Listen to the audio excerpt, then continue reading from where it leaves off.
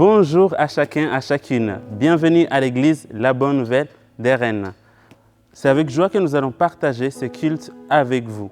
Ce matin, nous avons la grâce d'avoir avec nous une équipe de louanges qui va nous conduire dans ces moments de prière. Avant de commencer, je vous invite à lire avec moi les psaumes 100. C'est appel à louer l'Éternel, psaume de reconnaissance. Poussez des cris de joie en l'honneur de l'Éternel, habitant de toute la terre. Servez l'Éternel avec joie, venez avec allégresse en sa présence. Sachez que l'Éternel est Dieu. C'est lui qui nous a fait et nous lui appartenons. Nous sommes son peuple, les troupeaux dont il est le berger. Entrez dans ses portes avec reconnaissance, dans ses parvis avec des chants de louanges. Célébrez-le, bénissez son nom, car l'Éternel est bon. Sa bonté dure éternellement et sa fidélité de génération en génération. Oui, merci Père éternel pour ta grâce. Merci pour ces moments que tu nous permets de partager encore dans ta présence. Seigneur, nous prions que tu viennes conduire ces moments. Oui, Saint-Esprit, nous t'invitons à venir prendre contrôle. Viens nous conduire dans tout ce que nous allons faire, dans les chants que nous allons chanter, dans la parole qui va être partagée, dans les prières, Seigneur, que tu viennes te glorifier au nom de Jésus-Christ. Amen. Alors, je vais laisser l'équipe de louanges nous conduire dans ces moments de louange et d'adoration.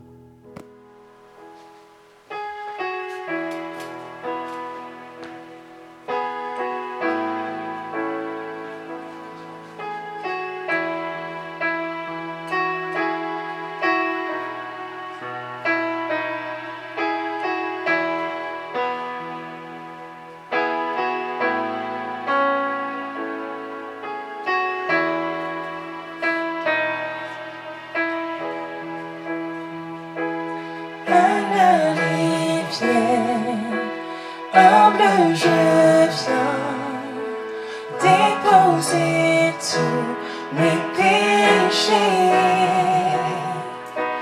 Pardonne-moi, purifie-moi. Seigneur, viens me rencontrer.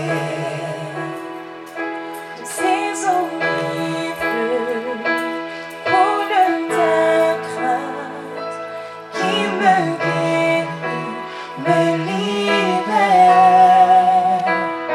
Je me présente à la rivière.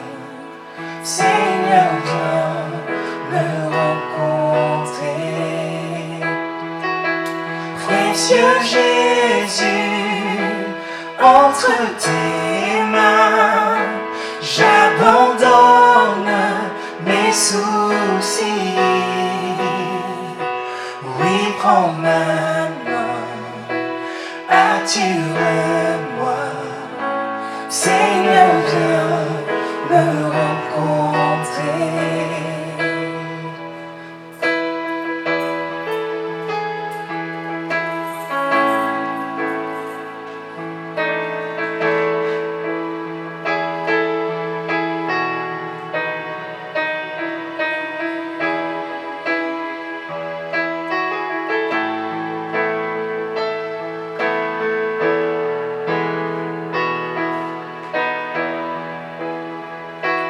Viens avec nous à la rivière, trouver la vie éternelle. Il t'appelle et il t'attend. Jésus veut te rencontrer. Précieux Jésus, entre tes mains, j'abandonne mes soucis. Oui, prends ma main, attire-moi. Seigneur, viens me rencontrer. Oh, précieux Jésus, entre tes mains, j'abandonne mes soucis.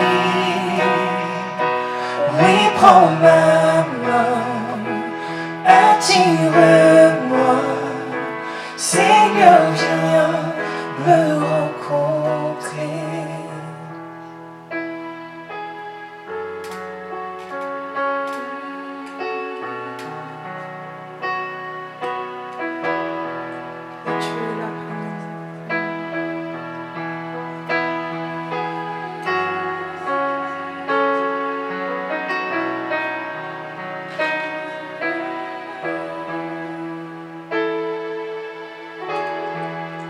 Tu es là pour nous. Dieu est là, Dieu est là, Dieu est là, Dieu est là, Dieu est là pour te te consoler, te guérir. Si tu crois à sa parole, Dieu est là. Dieu est là pour te bénir, te consoler, te guérir. Si tu crois à sa parole, Dieu est là.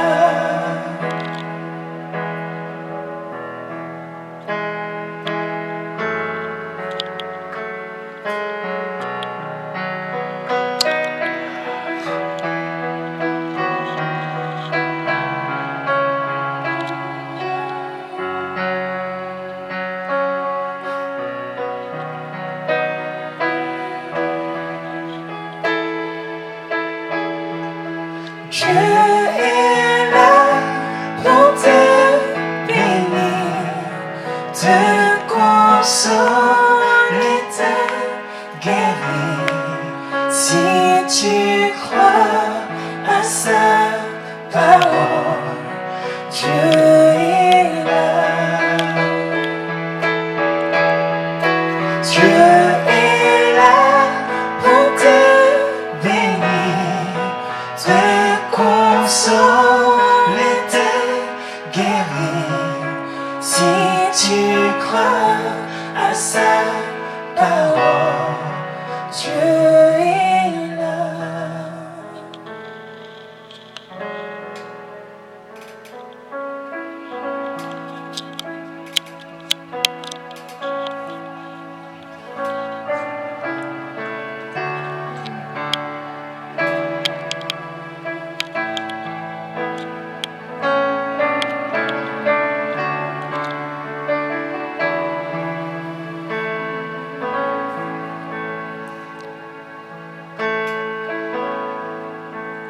Merci pour la croix, Seigneur. Merci pour le prix payé.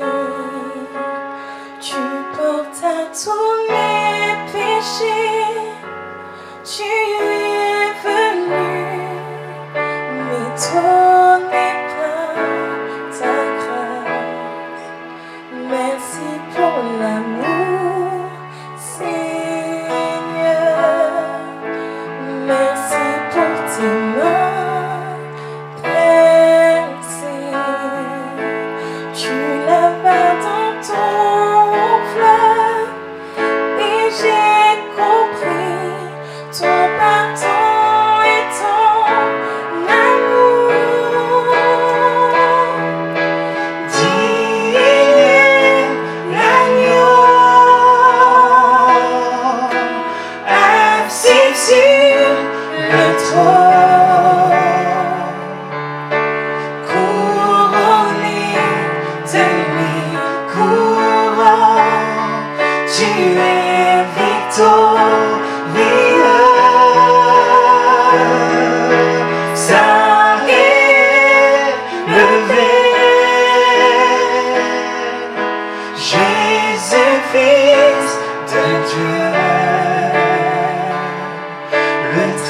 Saint des cieux fut crucifié.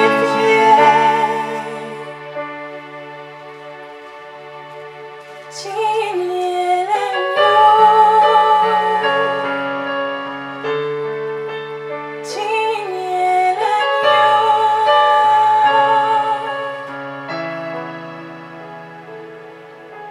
signez l'agneau,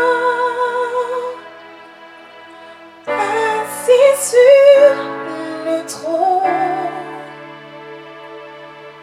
couronné de mille couronnes, tu es victorieux. Saint élevé,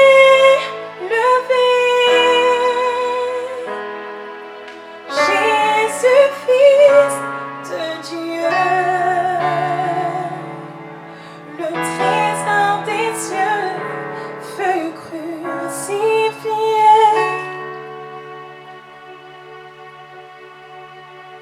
Signez l'agneau,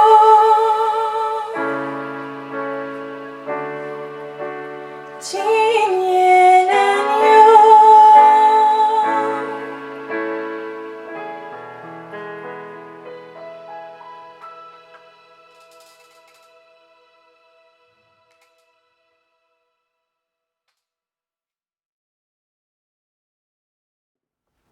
Merci pour l'équipe des louanges, pour ces moments de louange.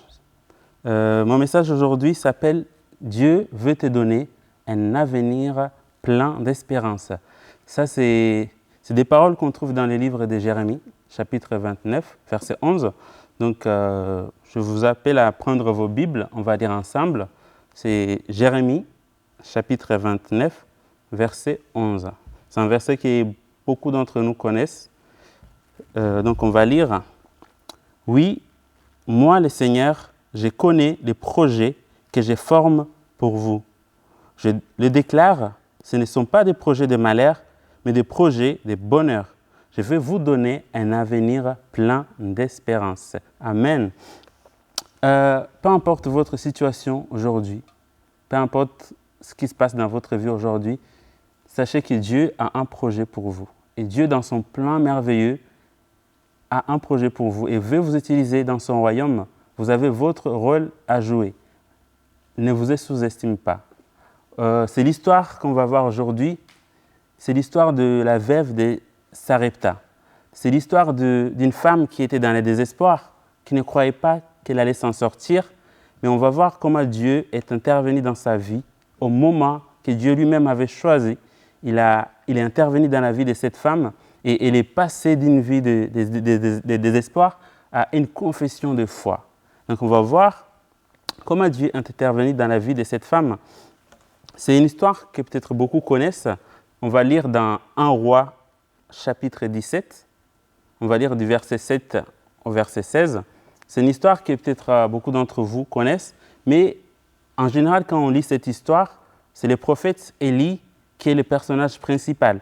Donc, ce que je vous propose aujourd'hui, on va revoir cette histoire, mais on va déplacer notre caméra principale sur la femme veuve. Au lieu de prendre Élie comme personnage principal dans cette histoire, on va se concentrer sur cette femme veuve. On va voir comment Dieu est intervenu dans sa vie et comment Dieu, depuis longtemps, il avait préparé un plan pour lui donner un avenir plein d'espoir. Donc, si vous pouvez ouvrir vos Bibles, c'est dans 1 Roi, chapitre 17. On va lire à partir du verset 7. Après, je peux vous expliquer un peu le contexte. C'était à l'époque où il y avait un roi qui s'appelait Akab. C'était le roi qui était le roi d'Israël à cette époque-là. La Bible nous dit que ce roi Akab avait fait ce qui est aux yeux de l'Éternel, ce qui est mal aux yeux de l'Éternel, plus que tous ses prédécesseurs. La Bible dit qu'il avait vraiment fait beaucoup de choses pour irriter Dieu. Et donc, c'est dans ce contexte-là où il y avait beaucoup d'idolâtrie en Israël qu'on trouve cette histoire. Alors, au début de ce chapitre, on voit le prophète Élie, il va se présenter à ce roi. Il va lui dire que la pluie ne va pas tomber en Israël jusqu'à ce qu'Élie proclame que la pluie allait tomber. Donc, c'était une période de famine parce qu'il n'y avait pas de pluie.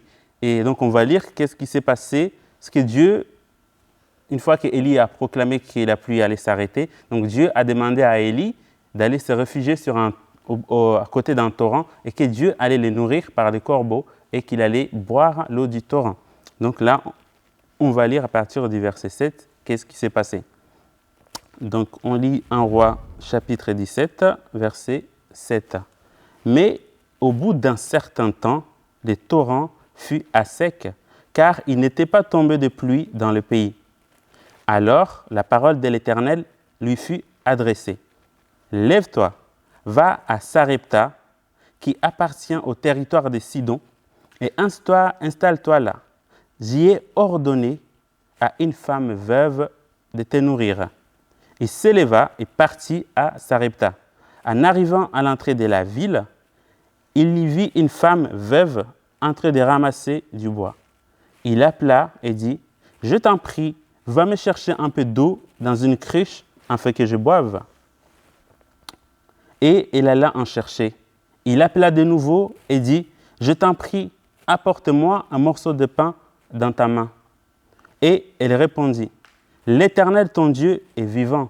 Je n'ai rien de cuit. Je n'ai qu'une poignée de farine dans un pot et un peu d'huile dans une cruche. Je suis en train de ramasser 2 morceaux de bois, puis je rentrerai et je préparerai cela pour mon fils et pour moi. Nous le mangerons, après quoi nous mourrons. » Élie lui dit, « N'aie pas peur, rentre, fais comme tu l'as dit. Seulement, prépare-moi d'abord avec cela un peu de gâteau et apporte-le-moi. Ensuite, tu en feras pour ton fils et pour toi. » En effet, voici ce que dit l'Éternel, le Dieu d'Israël. La farine qui est dans les pots ne manquera pas, et l'huile qui est dans la cruche ne diminuera pas, jusqu'au jour où l'Éternel fera tomber de la pluie sur le pays. Elle partit et se conforma à la parole d'Élie. Et pendant longtemps, elle eut de quoi manger, ainsi que sa famille et Élie. La farine qui était dans les pots ne manqua pas, et l'huile qui était dans la cruche ne diminua pas, conformément à la parole que l'Éternel avait prononcée par l'intermédiaire d'Élie. Donc là, on voit au verset 7 que Dieu, la Bible dit qu'au bout d'un certain temps, ça veut dire que Dieu agit au bon moment pour ses plans merveilleux. Des fois, on peut croire qu'il est en retard. Des fois, parce que cette femme, pour elle, c'était les derniers jours et elle ne savait pas comment elle allait s'en sortir. Mais la Bible dit qu'au bout d'un certain temps, ça veut dire que Dieu, il a prévu d'intervenir, il avait déjà préparé d'intervenir dans la vie de cette femme au bout d'un certain temps. Ça veut dire que c'est Dieu qui est le maître des temps, des circonstances, mais il arrive toujours au bon moment. Même si des fois, nous, on a l'impression que c'est trop tard, on a l'impression qu'il nous a oubliés, mais au bout d'un certain temps, les plans de l'Éternel commencent à se mettre en place. Dans le désespoir, cette femme était dans le désespoir, comme on vient de le lire. Dieu avait un projet pour elle, mais elle ne le savait pas. Dans le plan de Dieu, Dieu avait prévu que cette femme, à un moment donné, au bout d'un certain temps, qu'il allait jouer un rôle. Mais ça, elle ne savait pas. Pour elle, c'était une vie de désespoir. Pour elle, elle ne savait pas comment elle allait s'en sortir. Elle croyait qu'il était vraiment au bout du rouleau.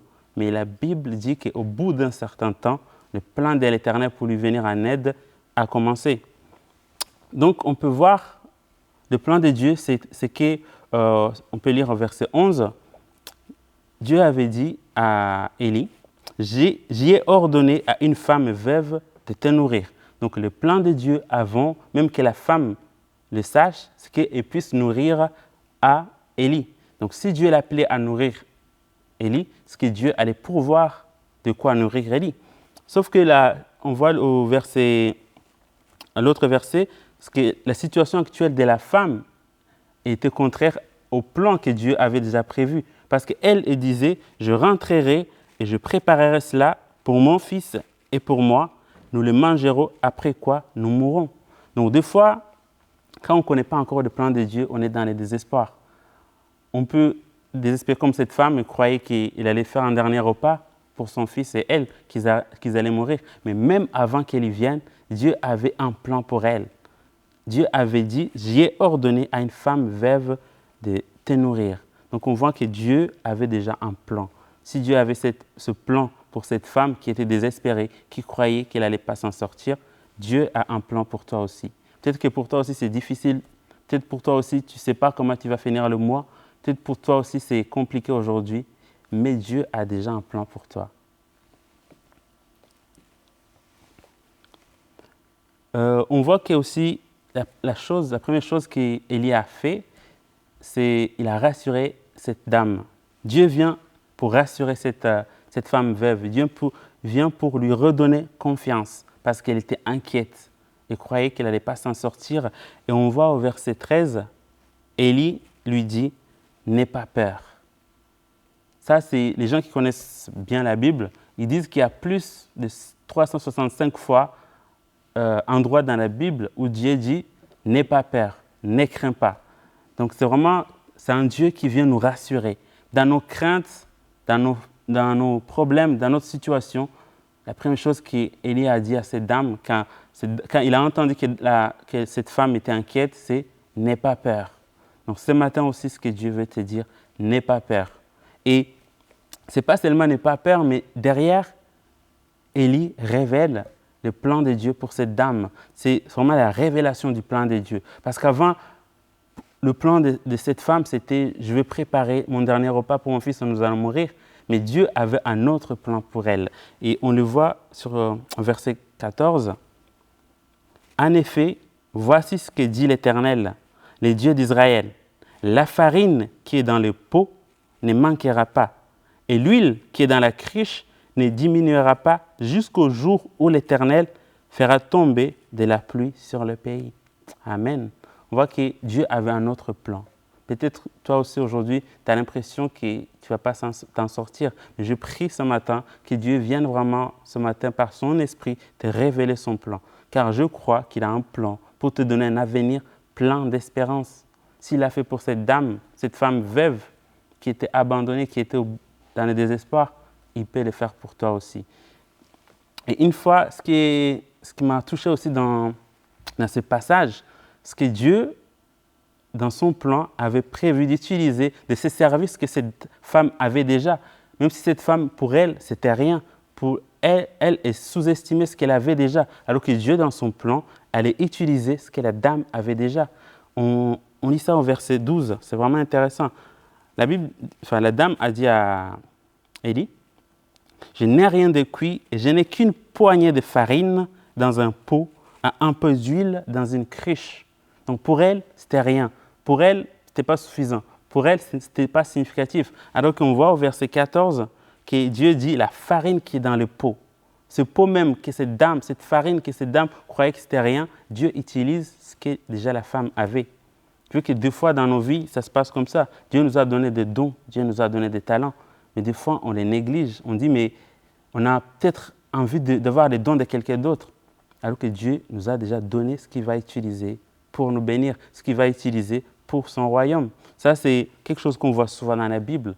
Quand Dieu intervient dans la vie des gens, il demande « Qu'est-ce que tu as dans ta main ?» Ça, on le voit avec Moïse. Dieu a dit « Qu'est-ce que tu as dans ta main ?» Moïse avait ses bateaux, et c'est avec ces bateaux-là qu'il est parti chercher son peuple.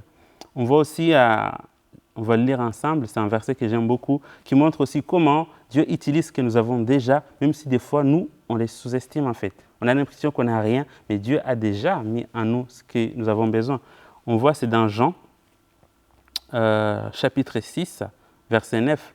C'est l'histoire qu'on connaît tous de la multiplication de pain. C'est là, Jésus avait demandé, il y avait beaucoup de gens qui étaient là, et les disciples voulaient les renvoyer parce que voilà, il n'y avait rien à manger. Et Jésus dit, qu'est-ce que vous avez? Et au verset 6, donc de Jean, chapitre 6, verset 9, voilà ce que les disciples ont répondu à Jésus. Il y a ici un jeune garçon qui a 5 pains d'orge et 2 poissons. Mais qu'est-ce que c'est cela pour tant de monde?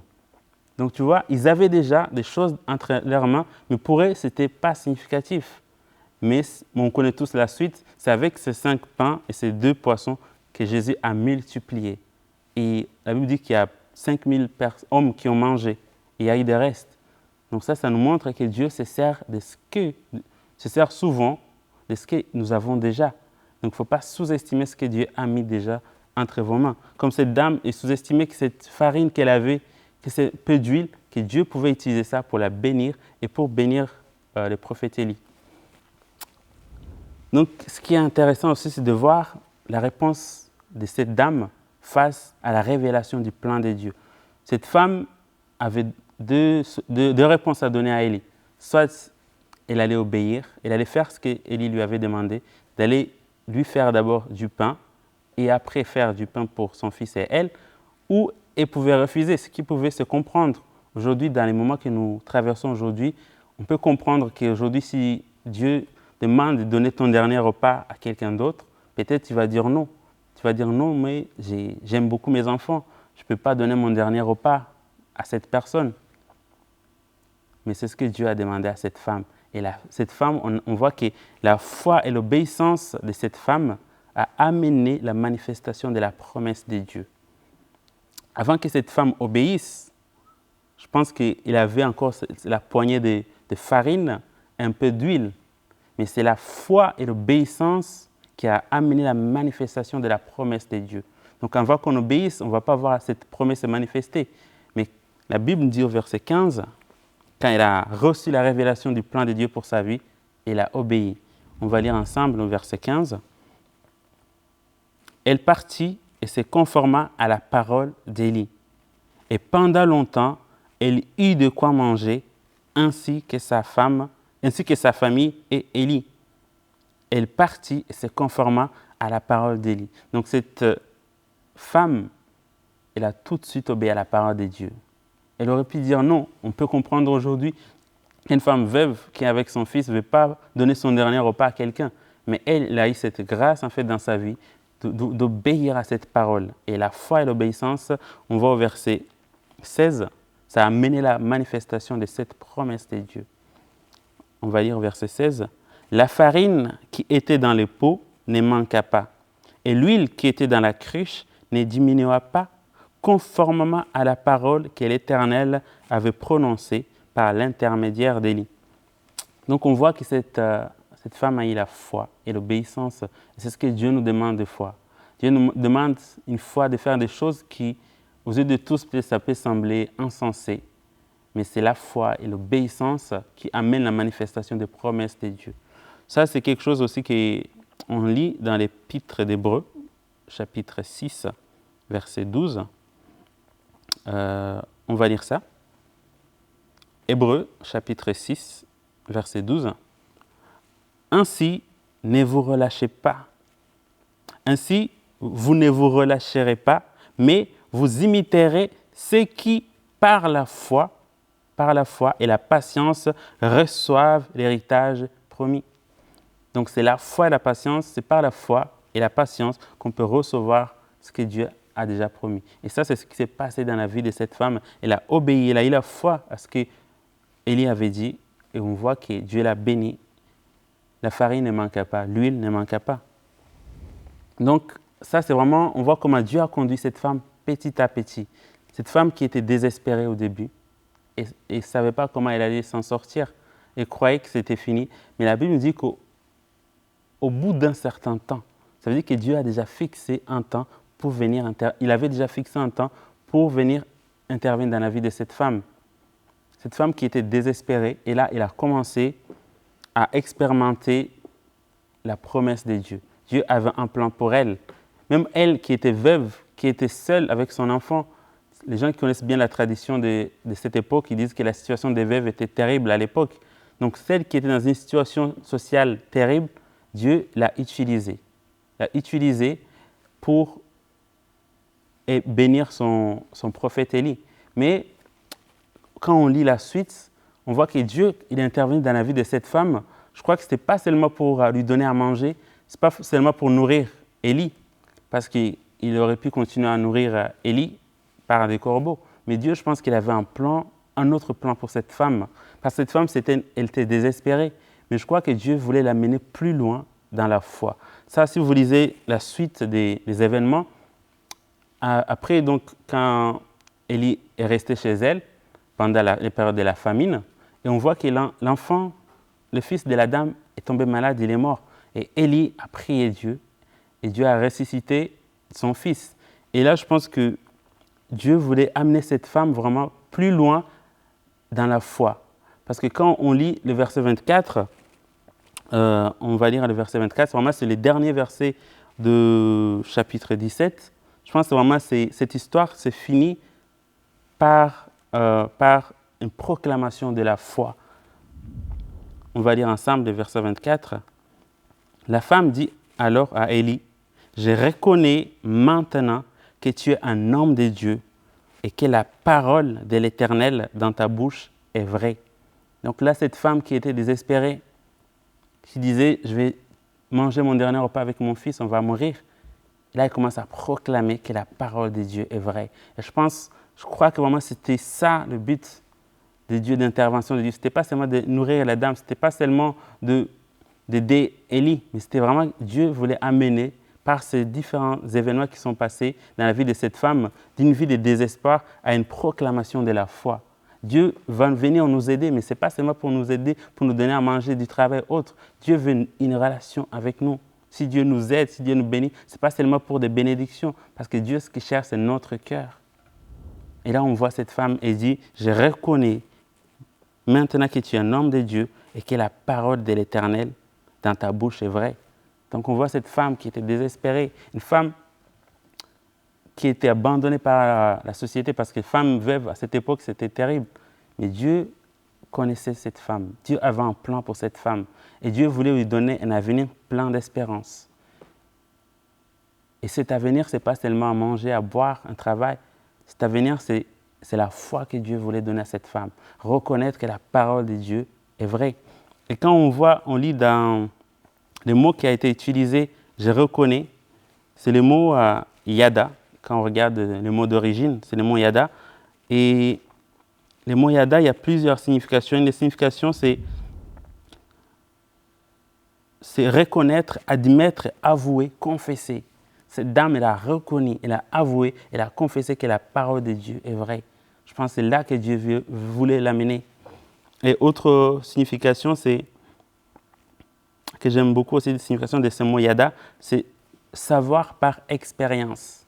Cette dame, par les expériences qu'elle a vécues, elle a reconnu que la parole de Dieu est vraie.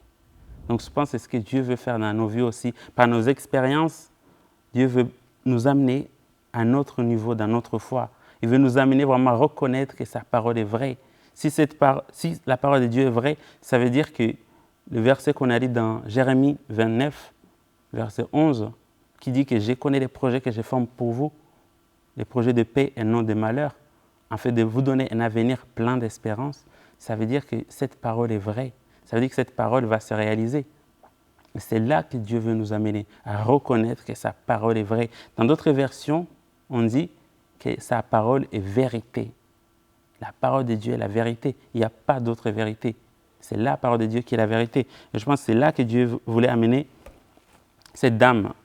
Donc si on peut se poser la question, c'est que nous apprend l'histoire de la femme, de la veuve de Sarepta?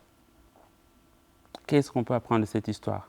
Cette femme qui était désespérée, on a vu comment Dieu est intervenu, petit à petit, étape par étape, pour l'amener du désespoir à une confession de la foi.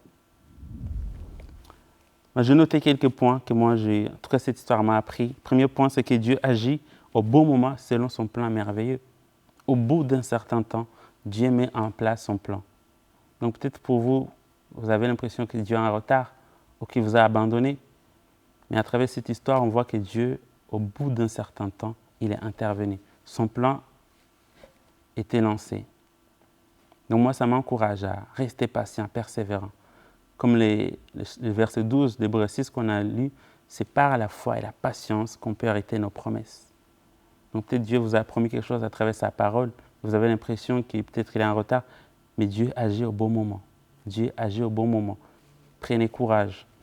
Autre chose que j'ai écrit, c'est que Dieu a un projet pour toi, veut t'utiliser car tu as de la valeur à ses yeux. Peu importe qui on est, Dieu a un projet pour nous. Et Dieu, chacun d'entre nous a un rôle à jouer, qu'on soit petit, grand, intelligent ou pas intelligent. Mais en Dieu, nous avons tous un rôle à jouer. Donc tu as un rôle à jouer aussi dans le plan de Dieu. Dieu a un projet pour toi. Cette femme était dans une situation sociale désespérée, mais Dieu avait un plan pour elle. Non seulement pour la nourrir, non seulement pour aider le prophète Élie, mais c'était pour l'amener à cette confession de la foi. Dieu voulait qu'elle découvre que sa parole est vérité. Donc je pense que Dieu a un projet pour nous. Parce que Dieu, dans son projet merveilleux, il fallait qu'Élie reste en vie. Parce que si on lit la suite, on voit qu'Élie est retourné confronter les prophètes de Baal. Donc on voit que Dieu avait un projet. Dans son plan merveilleux, chacun d'entre nous a un rôle à jouer. Donc il ne faut pas qu'on se sous-estime ou qu'on laisse les autres nous estimer. Parce que Dieu a un projet. Autre chose que j'ai déjà dit, c'est que Dieu se sert souvent de ce que nous avons déjà. Mais nous, des fois, on sous-estime ou on ne connaît pas bien ce que Dieu nous a donné. Peut-être que Dieu vous a donné des talents, des dons, des capacités naturelles. Ça peut être le chant, le sport, autre chose, la cuisine, peu importe ce que Dieu vous a donné. C'est ces choses-là que Dieu peut utiliser, soit pour vous bénir, soit pour bénir les autres. Je me souviens, il y a longtemps, c'est ma mère, elle avait arrêté ses études au bac. Elle n'avait pas continué à l'université parce qu'à l'époque, elle n'avait pas la possibilité de le faire. Mais Dieu lui avait donné la capacité d'apprendre. Elle aimait beaucoup apprendre, lire les livres. Et à un moment donné dans sa vie, elle s'est retrouvée travailler dans une société. Et à cette époque-là, c'était il y a plusieurs années, on allait licencier toutes les personnes qui n'avaient pas un niveau de licence. Et elle aussi, à cette époque, elle n'avait pas de licence. Du coup, elle était inquiète. Elle ne savait pas comment elle allait s'en sortir si elle perdait son boulot. Sauf que Dieu a utilisé cette capacité qu'elle avait d'apprendre, cette capacité qu'elle avait d'aimer lire, apprendre, pour la bénir. Ma mère, à 40 ans, elle est retournée à l'école. Elle avait 2 enfants. Il y avait moi et ma sœur. Et elle nous élevait seuls. Mais Dieu lui a donné le courage de retourner à l'école. Elle avait 40 ans et pendant 4 années, elle partait de la maison à 7 h du matin pour aller au travail. Et à 17 h, elle arrêtait le travail et commençait l'université de 18 h jusqu'à 21 h. Pendant 4 ans, elle a fait ça. Tous les jours, même des fois le dimanche, il fallait qu'elle révise aussi. Mais Dieu l'a bénie parce que Dieu lui avait donné cette capacité d'apprendre, même si peut-être pour elle, elle croyait qu'elle n'allait pas s'en sortir. Mais Dieu a utilisé ces capacités qu'elle avait. Il a pu continuer ses études, avoir sa licence et il a pu garder son travail. Mais il y a beaucoup d'autres de ses collègues qui n'ont pas qui n'ont pas continué les études, ils ont été licenciés. Donc Dieu, des fois, utilise les petites choses qu'on a. Peut-être que vous aimez lire, peut-être que vous aimez écrire, je ne sais pas. Mais Dieu utilise souvent ce qu'il nous a donné. Donc il ne faut pas sous-estimer. Si Dieu vous a donné un don, vous pouvez prier que vraiment Dieu vienne vous révéler quel est le plan de Dieu pour votre vie. Comme cette dame, avant qu'Élie vienne, elle ne connaissait pas.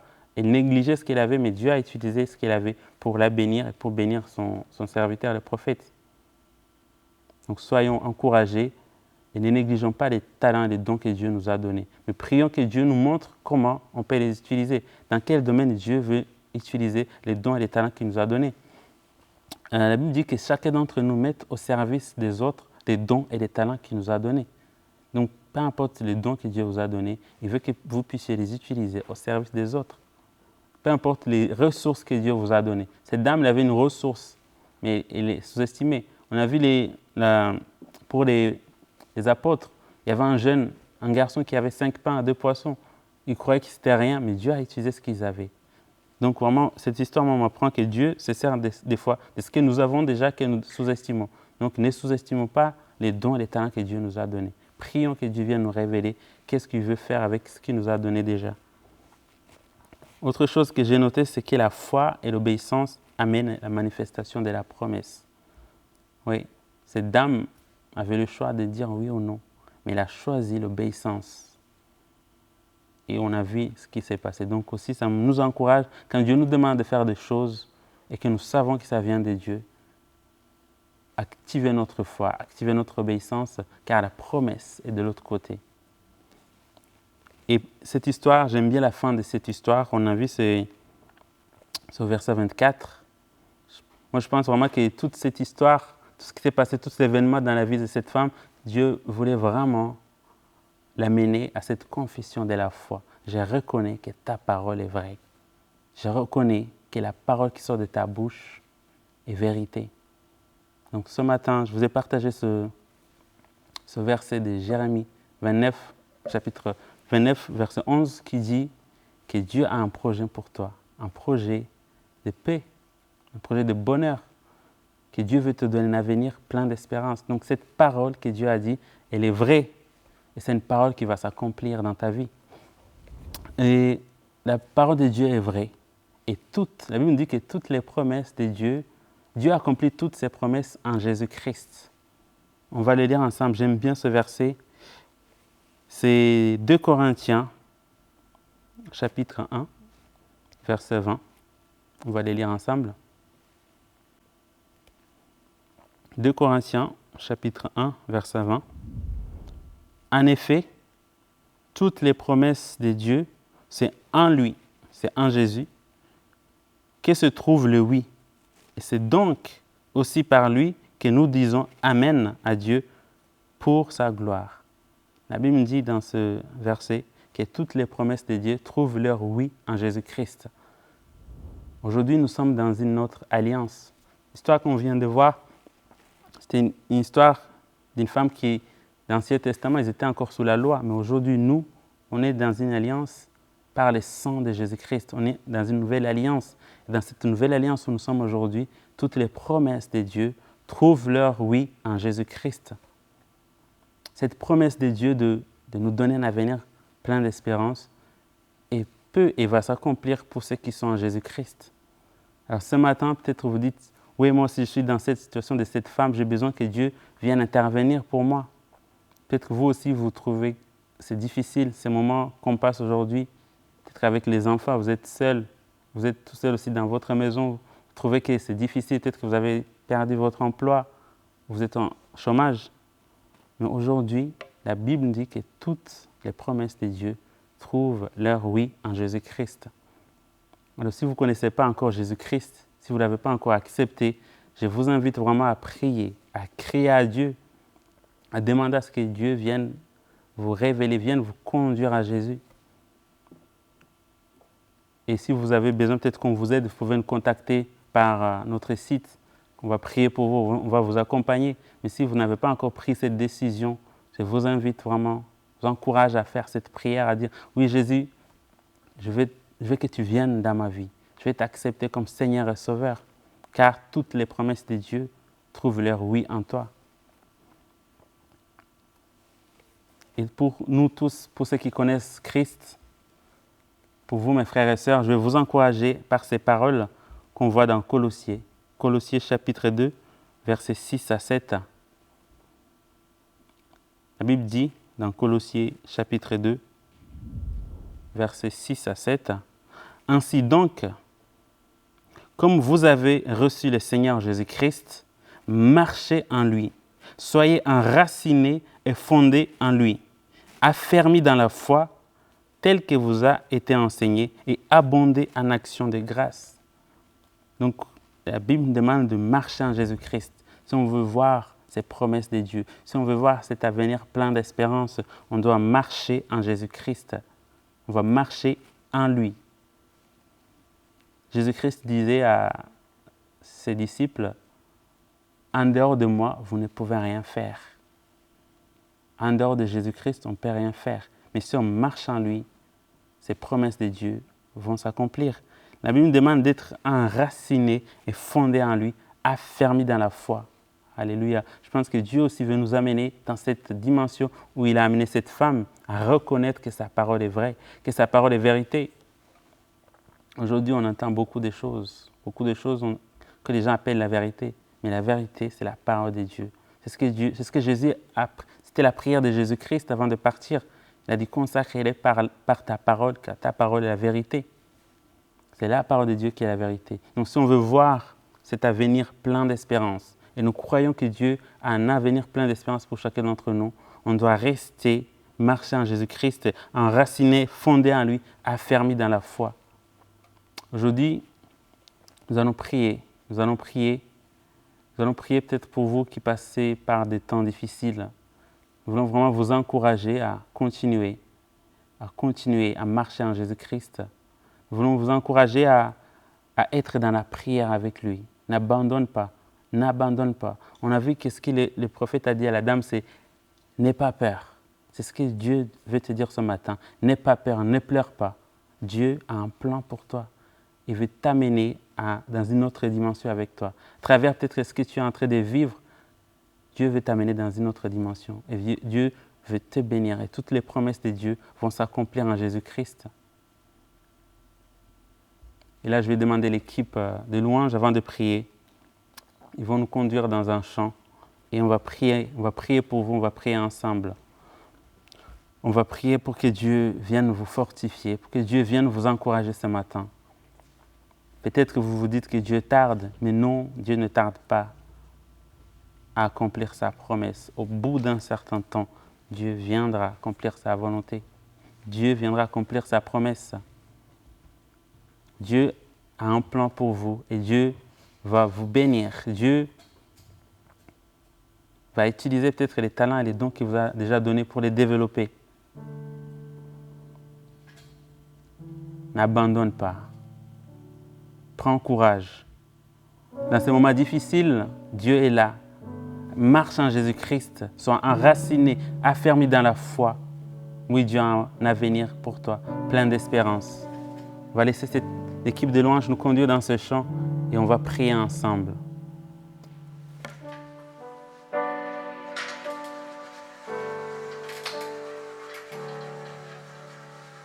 Je sais que ça a été tellement dur, autant de pleurer, tellement de chagrin, autant de pleurer, tellement de chagrin.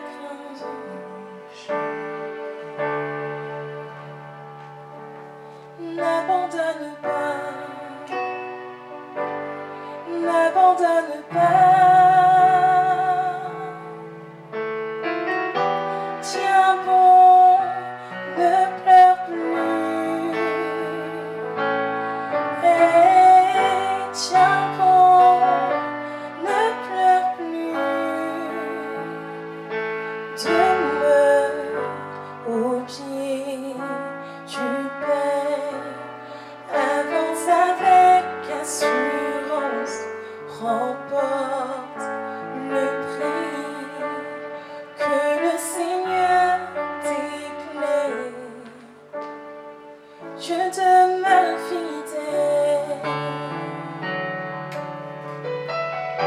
Tiens bon, ne pleure plus.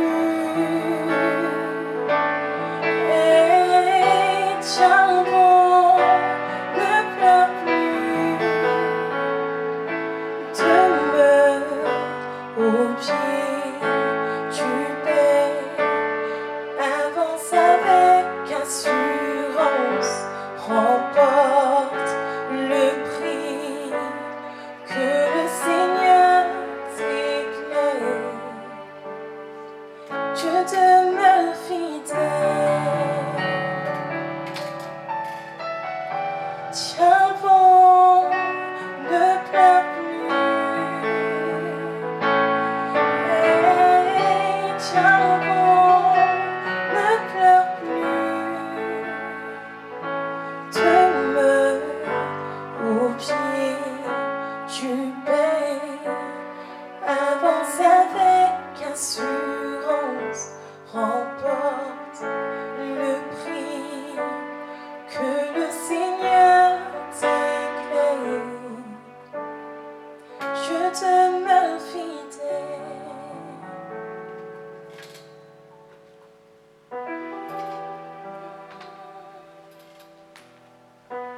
Alléluia. Merci Père éternel parce que tu es fidèle Seigneur. Ce matin, je vais encourager quelqu'un Seigneur qui regarde ce matin et qui traverse des moments difficiles Seigneur. Je prie Seigneur, tu vois cette personne là où elle est, tu la connais dans sa situation, dans sa maison Seigneur. Père éternel, comme tu es intervenu à un moment donné dans la vie de cette veuve qui était désespérée. Père éternel, je prie que tu viennes intervenir dans la vie de cette personne. Seigneur, tu vois peut-être nos frères et sœurs qui traversent des moments difficiles avec les enfants, les femmes seules avec les enfants ou les papas qui sont seuls avec leurs enfants et que c'est difficile. Ô Père éternel, nous prions que par ta grâce, tu viennes les toucher, Seigneur. Tu viennes toucher les cœurs aussi des enfants, Seigneur, ce matin. Même les personnes qui sont seules, âgées, seules, Seigneur. Ce matin, nous prions que par ta grâce, ô Père éternel, tu viennes agir puissamment, Seigneur. Oui, Seigneur, tu es fidèle et tu veux encourager, Seigneur, tes enfants ce matin par ta parole, Seigneur. Alors nous prions, Père éternel, que tu envoies ton esprit, Seigneur. Ô Père éternel, que ces personnes puissent trouver de la consolation dans ta parole. Oui, il y a de la consolation dans notre relation avec Jésus-Christ. Oui, il y a de la joie en présence de Dieu. Alors je vous encourage ce matin à aller chercher, puiser votre réconfort, votre consolation dans la parole, dans votre relation avec Dieu. Ô Seigneur, ce matin, je prie peut-être pour ceux qui sont malades, Seigneur. La Bible me dit que c'est par tes blessures que nous avons été guéris. Alors nous prions, Seigneur, pour la guérison, pour ceux qui sont atteints par cette maladie, Seigneur. Ô Père éternel, nous prions que par ta grâce, tu envoies ta parole pour les guérir, Seigneur. Seigneur, nous prions, Seigneur, peut-être pour ceux qui sont dans des situations compliquées financièrement, peut-être qu'ils sont au chômage, peut-être qu'ils ont perdu leur travail. Seigneur, ce matin, je prie que tu viennes vraiment leur parler, leur consoler, Seigneur. Leur parler à leur cœur, Seigneur, leur Dieu, que tu as un projet pour eux, Seigneur. Un projet de paix, un projet de bonheur, que tu veux leur donner un avenir plein d'espérance. Je prie que tu viennes vraiment pourvoir à tous leurs besoins, Seigneur. Ô Père éternel, tu es bon ce matin. Et nous voulons te louer et t'adorer, Seigneur. Car tu es notre Dieu. Oui, Seigneur, nous voulons te confesser que ta parole est vraie. Que ta parole est vraie, que tes promesses vont s'accomplir en Jésus-Christ. Aide-nous à tenir ferme, Seigneur, à être enracinés, Seigneur, à marcher avec Jésus-Christ.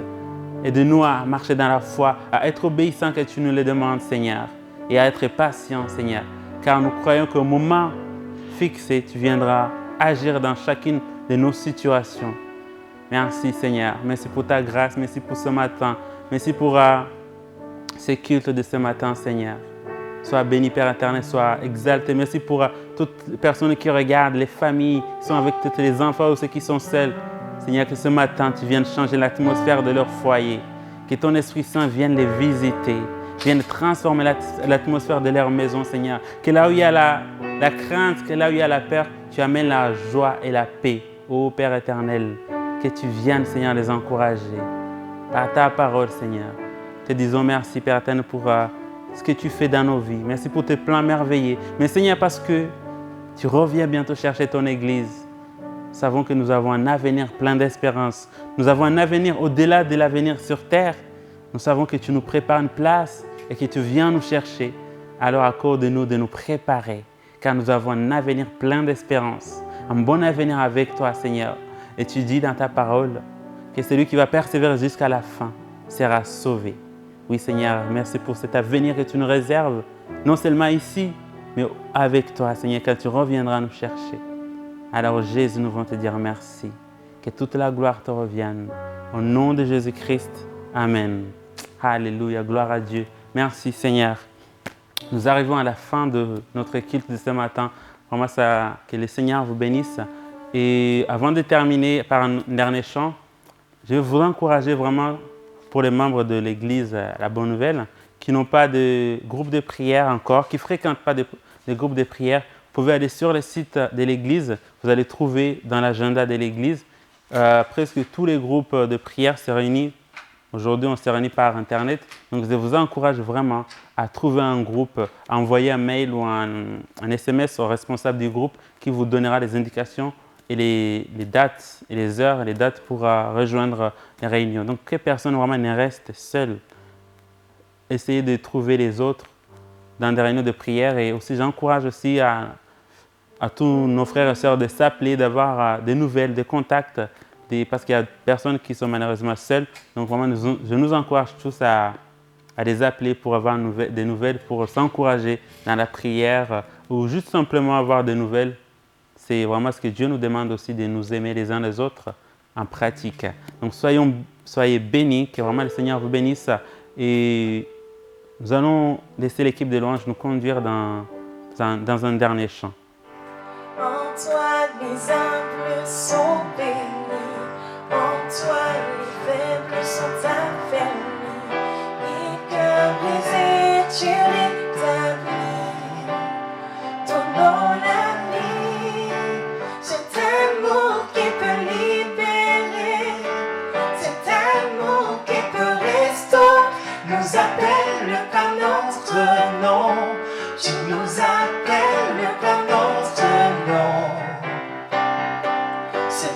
qui créa tout l'univers.